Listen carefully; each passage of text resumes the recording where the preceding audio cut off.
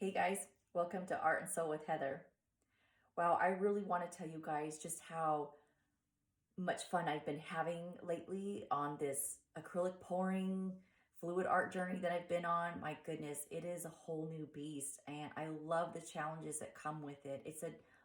The learning curve is it's big and sometimes it can feel like it's overwhelming, but like I said, I'm liking the challenge because it's very different. But rather the challenge is big or small, it's something that I find to be fun. And I just think it's equally as relaxing to brushstroke artwork. But most of all, I like how it's so unpredictable. It's like how Forrest Gump says, it's like a box of chocolates. You just never know what you're going to get. And so to see your outcome at the end, being rather pleasantly surprised or just utterly disappointed, I think that's the whole point of it. You just kind of log down what you did so that make sure that you can try to follow the same steps, or something went horribly wrong, you just obviously keep logging those down too, so you can make sure that you or try to avoid doing those steps. But what I've never heard of, or at least I haven't seen it done, and I thought what I would do, at least for this project, I thought, what if I combined my brushstroke artwork on top of fluid art?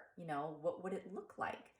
So that I wanted to show you guys, or at least experiment and show you how it came out. So I'm rather nervous because I don't know if it's going to be good or bad, but either way, I just wanted you to see.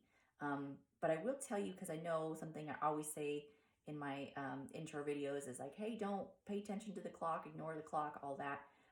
Really what I say that I'm just referencing to when you do start a project, that's really for, a start and finish. I mean, that's a sit through project or period of time that you're completing it.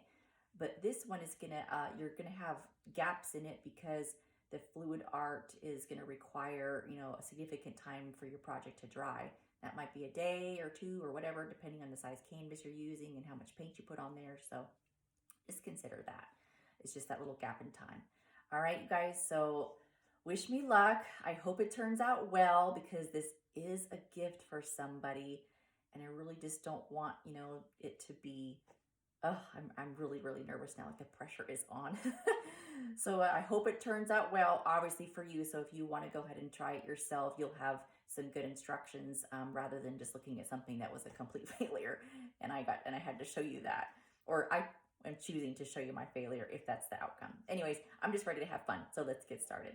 Okay, so here's all my knickknacks that I have to work with for my project. So I'm going to start with the Floetrol, which I talk a little bit about later, but what I forgot to mention is that it's highly recommended to use a strainer of some sort because you can get like a bunch of, I don't know, lumpies in there, and you don't want any crud in your paint mixture. So what I was doing at first to avoid that mess was I was just using some cheesecloth with a rubber band around the neck. And then I moved over to a little mini strainer. And then my husband surprised me with a strainer cap specifically made for Floetrol. I know, isn't he the best? Anyway, I'll include a picture for you so you can see what it looks like, and I'll include a link where he got it from in the description. Next, I have my paints, which are nothing great, just cheap craft paints. But I have a boatload of these, so I'm just going to use what I have and slowly transition to some better paints as these get used up. I've been having my eye on the Liquitex brand, but you could use whatever you want, just do your research. Then, of course, I have some cups and sticks to mix my paints and additives. Then my torch to pop any bubbles. My palette knife I just have on standby for fluid art or acrylic pouring projects. You just never know when you're going to need it, or at least I never know when I'm going to need it. My scale to measure my paints and additives, of course. My pouring cup, which is just a regular old kitchen cup, although I suggest keeping one separate for your kitchen. Paper towels are always nice to have handy. And my pouring bin, which you can see is great for confined areas. Obviously, you can see I don't have a studio. I have a teeny corner in my house to work with, but I will take a teeny corner rather than no space at all. And lastly, I can't leave out my photobombing puppy, or rather Princess Aria. Clearly, she's no puppy anymore. She's 6, but she'll always be our puppy, just like my son will always be my baby. All right, guys, so I have my paints all mixed up and I'm ready to rock this. I have the house to myself. My son is at school. Woohoo!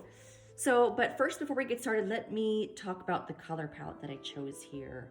I absolutely love these colors. They just, man, I love the ocean, and that's what I was going for, just kind of ocean themed colors. Um, and so this just always makes me think of that when I see colors like these.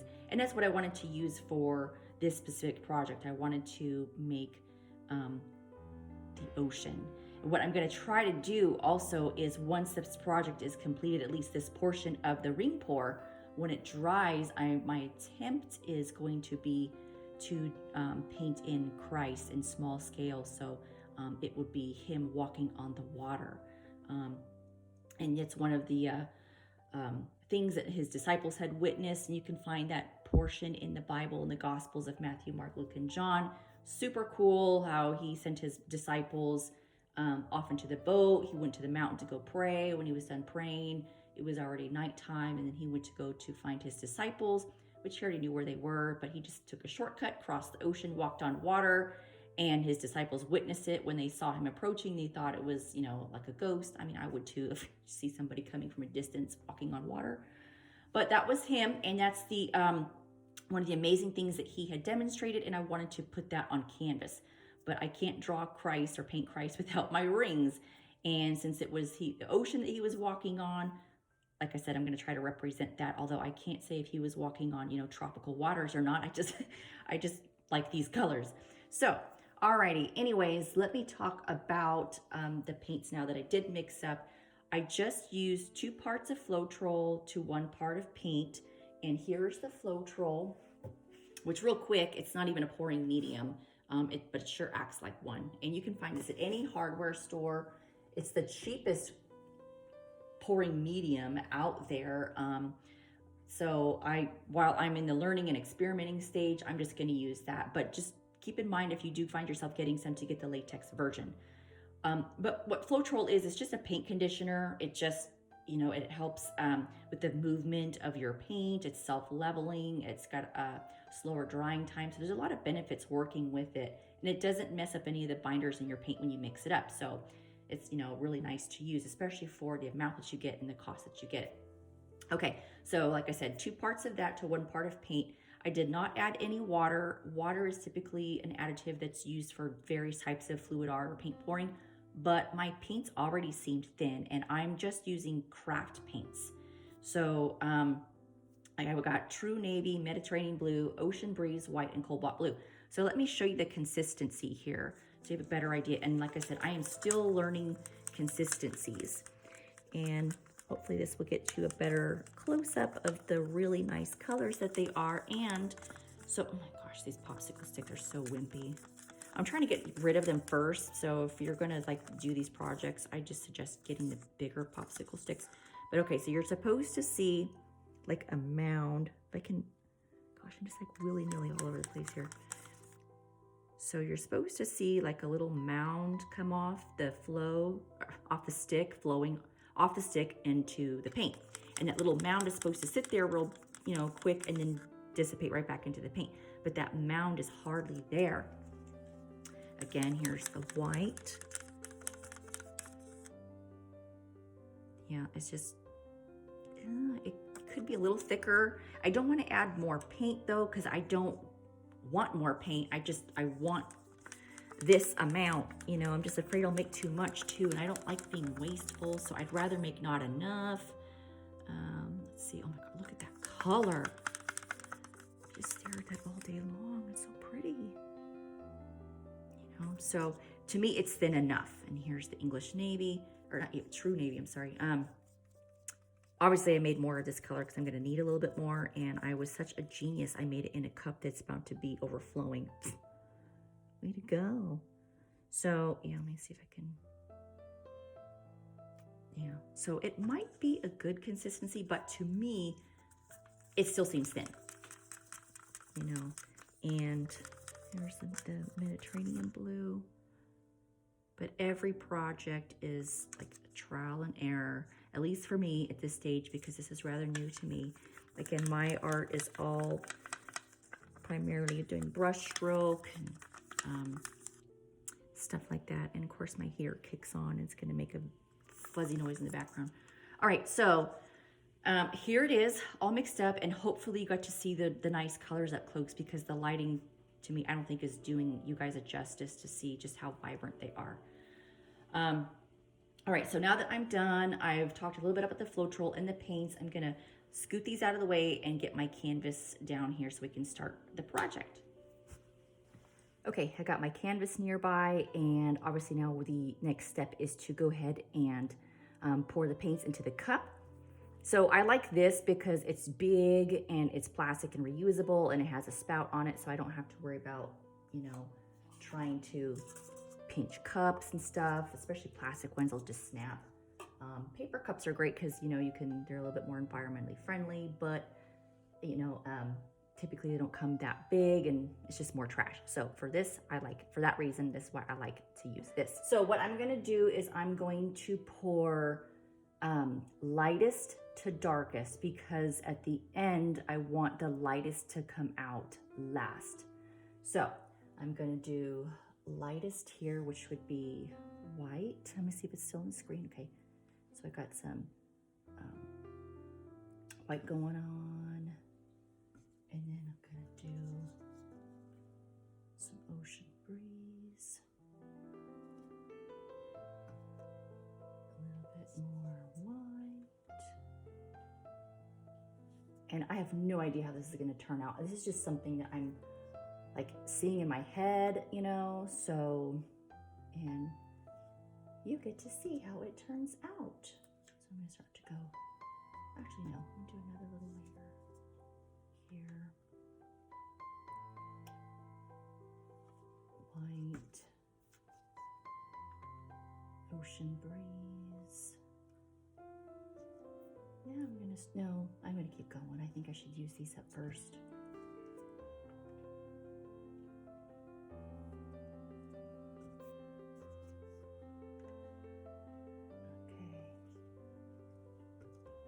My puppy is cleaning herself, and to me that is the most annoying noise. Oh, I'm trying not to go crazy. Okay, now I'm going to start a little bit with the blue just to break it up a little bit. Arya, can we do that later, girl? Thanks, girl.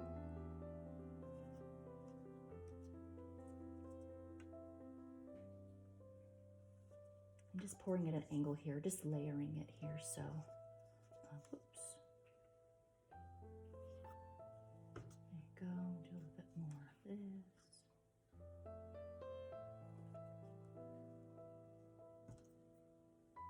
Oops.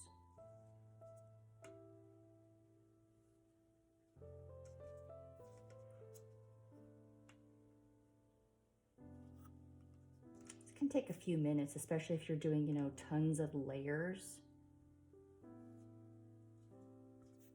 Where'd it go? Here it goes. Okay.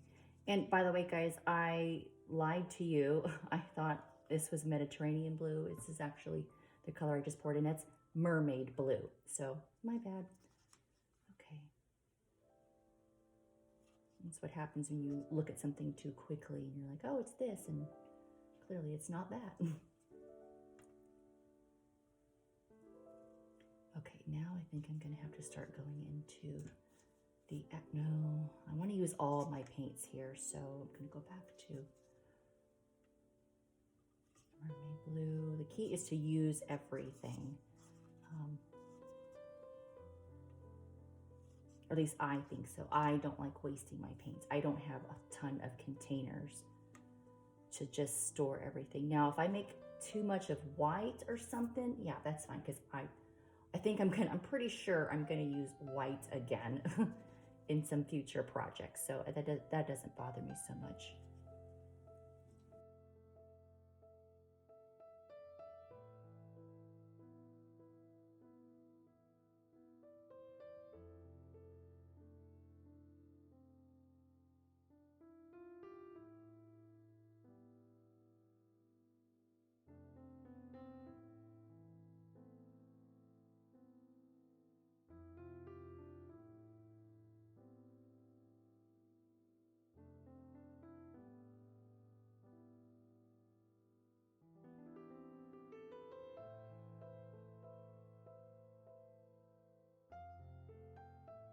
All right, so I'm going to put this down here. Well, I'll put this down here, and move my canvas. Actually, let me just put you on pause for a second, bring the canvas back over. Okay, so here's my canvas again. I'm just using a 12 by 16. And this little pouring bin is so awesome. My husband made this for me. And as you can see, it doesn't, I don't think it's gonna fit a canvas really bigger than this. That will still allow you to have a little bit of room. So, and obviously you can just get this at, you know, Walmart, Target, whatever. The metal rods you got at Lowe's. Super simple contraption. I got it offline from, I can't remember who did this, but anyway, somebody came up with this concept and her husband made it for her. And I was just like, you are a genius. So I think it's Smart Art Materials. If that's you, you go girl, because you just really made my life easy here, especially working on my dining room table, because it's a very limited space here. So if you're working on your dining room table too, I feel your frustration. So just like I said, it keeps things contained, and I can just keep everything else nearby. Okay, here we are. I'm ready to pour. Let's see how this goes. I'm just going to do, let me see if I have any, yeah, let me just pour a little circle here. Get rid of that. Not sure if that's going to do anything, but you know, hey, at least it's not going to waste. I put it on the canvas, and that makes me feel better about myself. Okay. So I'm just gonna pour now and just keep making circles. And let's see if the lighter comes out on top like I had hoped. Just keeping, oh yeah, a little bit. Just keeping my circles nice and tight.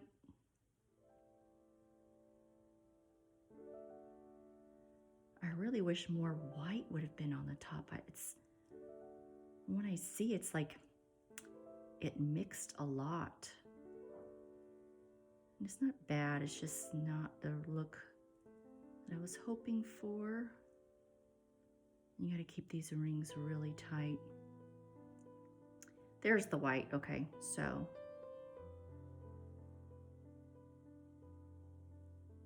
I guess I'm just making like a little, look at that, looks like a tornado.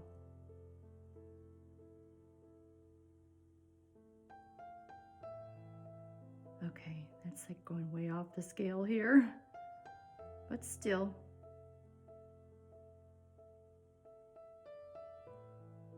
All right, I'm done. So I'm just going to do that, wipe that off. That will be covered, and now let's tilt away.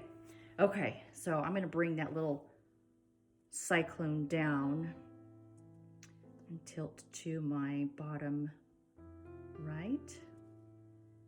Go to the bottom, or excuse me, top right.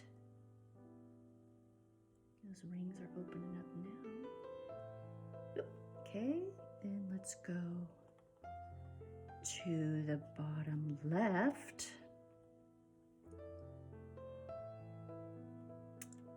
I did not get my torch out and pop the bubbles when I initially laid. You know what? I don't like that here. Let's thin that out some again. Yeah, so I didn't pop the, yeah, I'm gonna bring it back down here. Okay, third time. I did not pop the bubbles when I initially laid my poured the paint down, you know, to get rid of the extra bubbles. But that's okay. It doesn't mean my painting is ruined. Let's see if I can inch this over here in the corner to go back down. Love the colors. Sexy. At least I think so. Okay, so let me bring this back down. See if I can get some of those lighter colors to open up more. Kind of look like a little walkway. And even out the colors.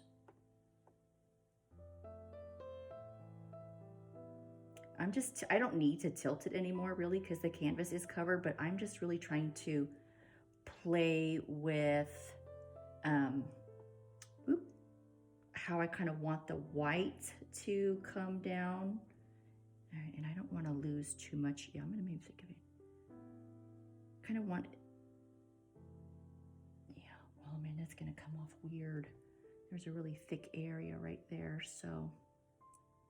All right, I think I should just walk away. Yeah, I think I'm just gonna walk away. You know, kind of like when you are at a gambling machine, you know, a little slot machine, and you win 50 bucks. It's probably a good sign you just walk away, because it's likely you're not gonna win anything else. Okay, so now I'm just going to get my torch out. Yeah, now I'm gonna get my torch out. So here we go.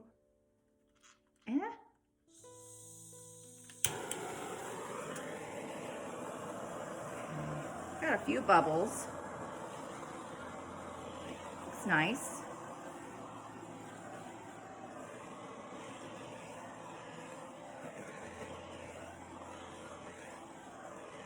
All right, that's enough. Okay, clean up the sides.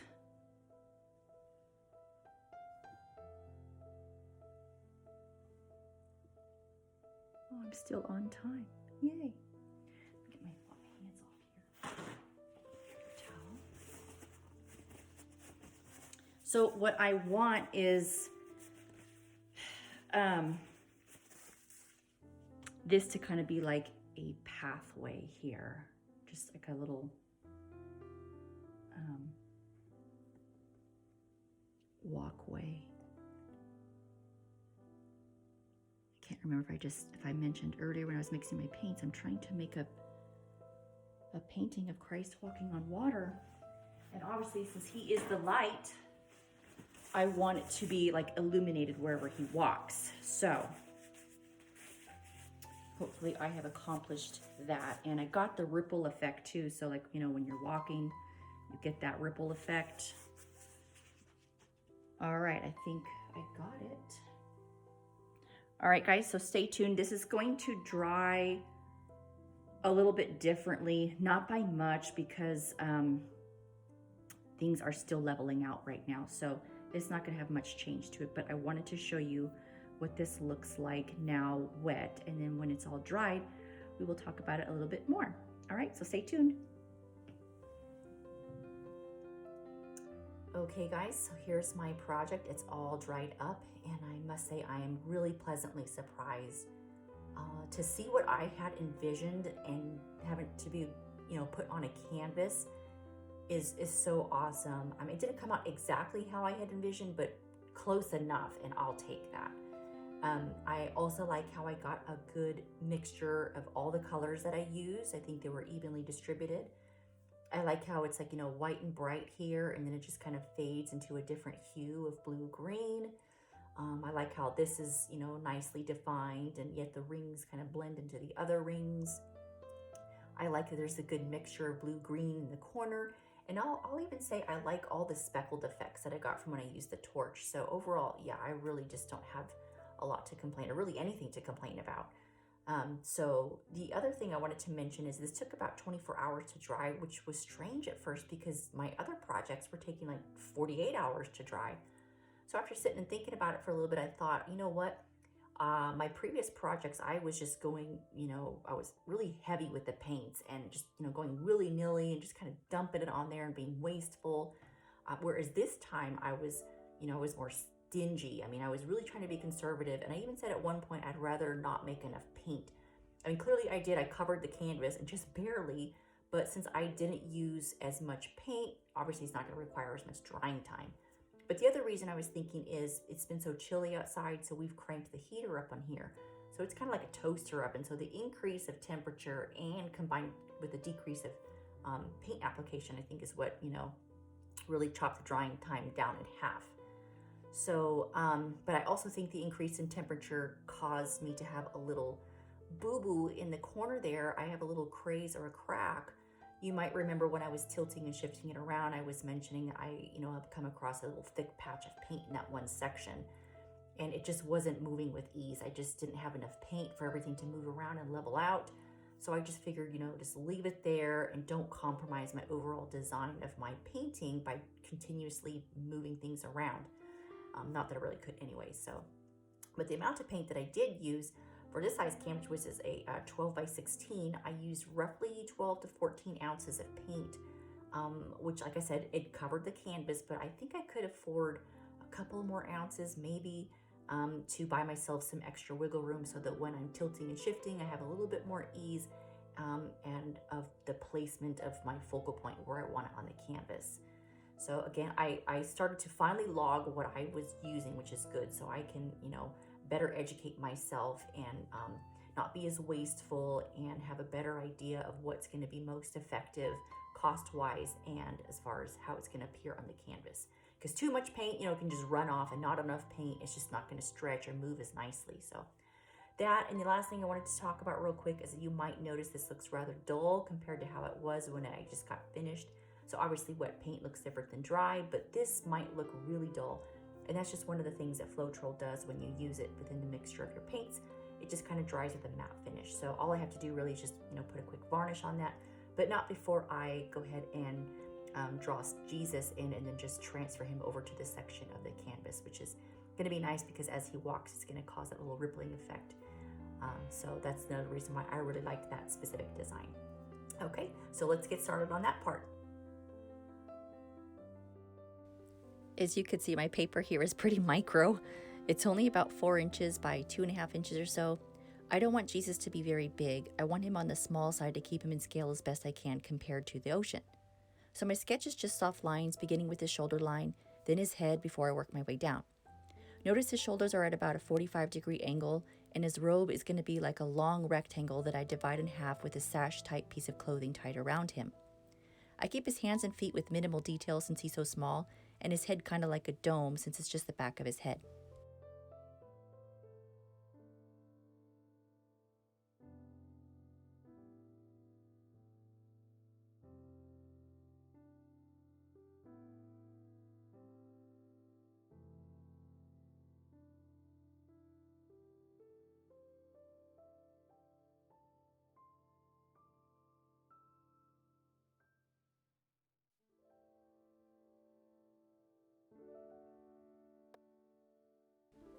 Now I just draw in my sketch with darker lines so I can see him better when I transfer him to my canvas.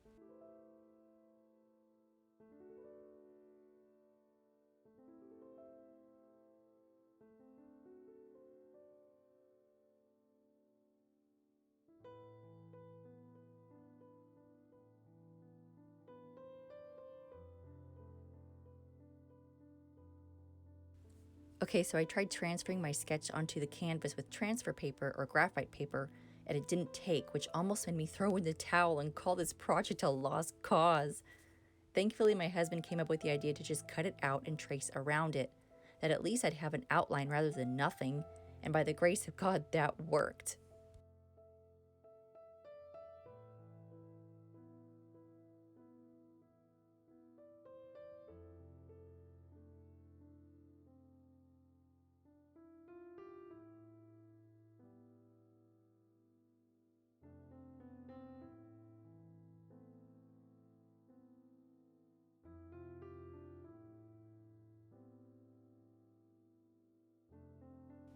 Here I'm putting a base coat down using my number 5 round tip fine detail brush with the color white.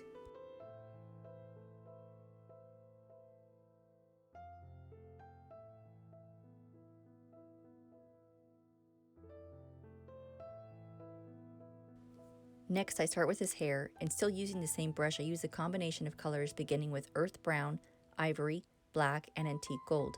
I was trying to give his hair some depth as well as a look of it blowing in the soft breeze.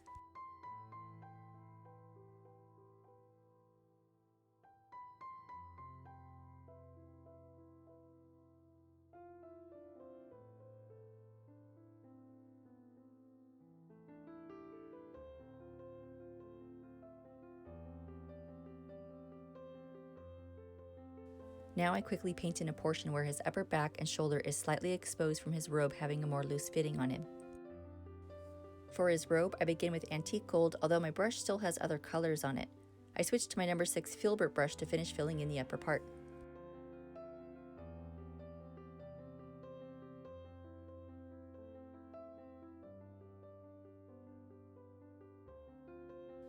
I put a layer of ivory on top to tone the color down and add some earth brown for some shadowing.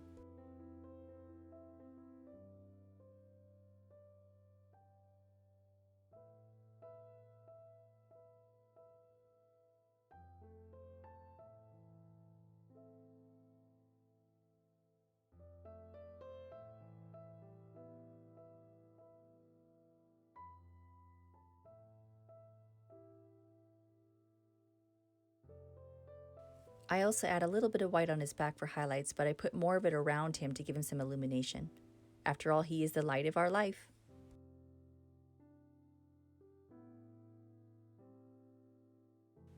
As you can see, I go back to earth brown for more shadowing.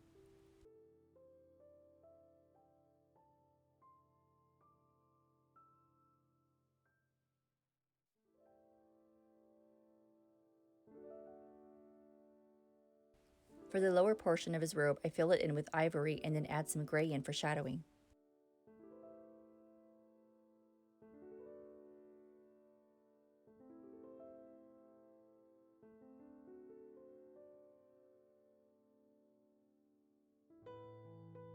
I actually use a combination of gray, white, black, ivory, and antique gold for not just shadowing and highlights, but also to create the effects of his robe having creases from the movement of him walking.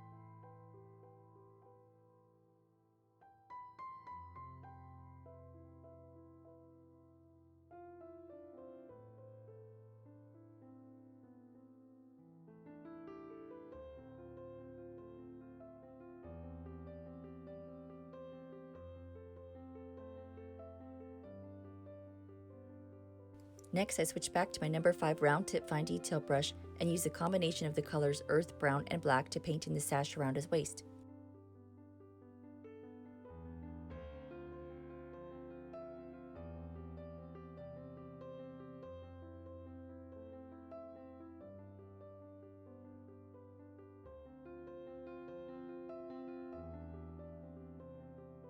As you can see, I keep working on his backside details, especially now that his sash is there.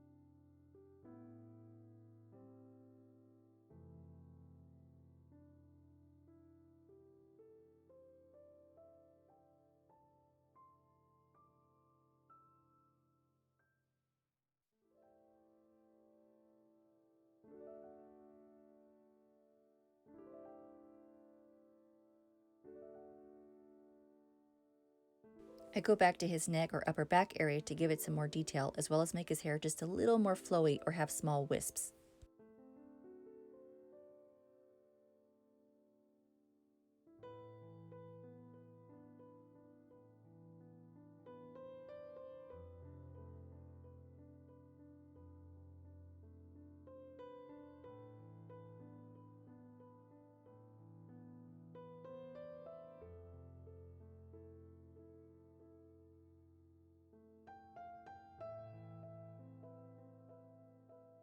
Now for his hands and feet, I use the color Flesh Tan, but also add white on top for highlights and earth brown on the bottom for shadowing.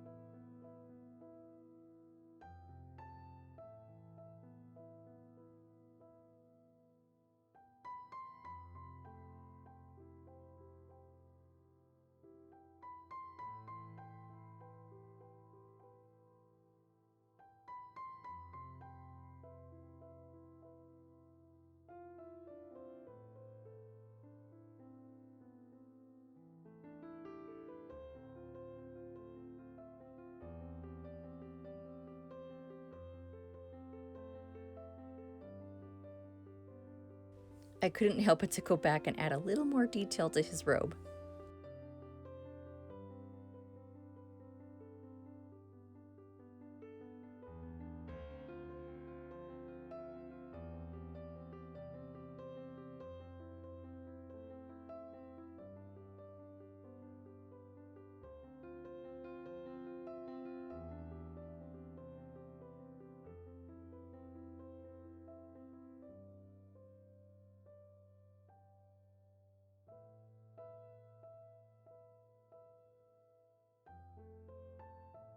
Here I'm trying to give him a soft illumination around him using the color white.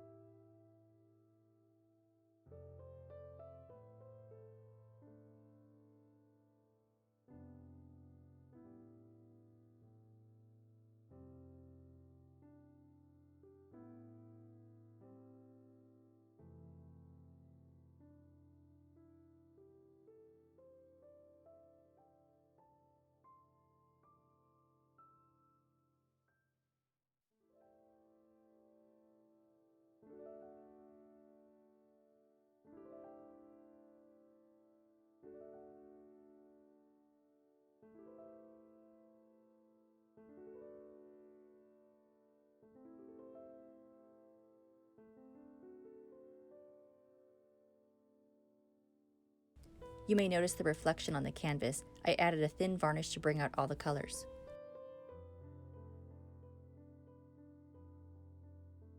Well, here it is, experiment completed. And boy, am I glad it all worked out. I swear I was really worried at one point. I must say this was one of my most challenging paintings because I'm still new in fluid art. I've never made a painting on top of a painting, and I normally don't just paint anything without lines drawn in to help me have a better direction. Again, an outline is better than nothing. So this painting is a gift for my sister in Christ, Winetta. I just want to say thank you for our laughs, walks, talks, and your ministry. Thanks for sticking this out, guys. I know this video is pretty lengthy. I hope you were able to take away some good information as well as inspiration, not only to try a project like this, but to seek God's word. If you liked the tutorial, please be sure to not only share it, but to also hit like and to subscribe for more videos. But more importantly, remember to thank God for this opportunity and always paint from the soul.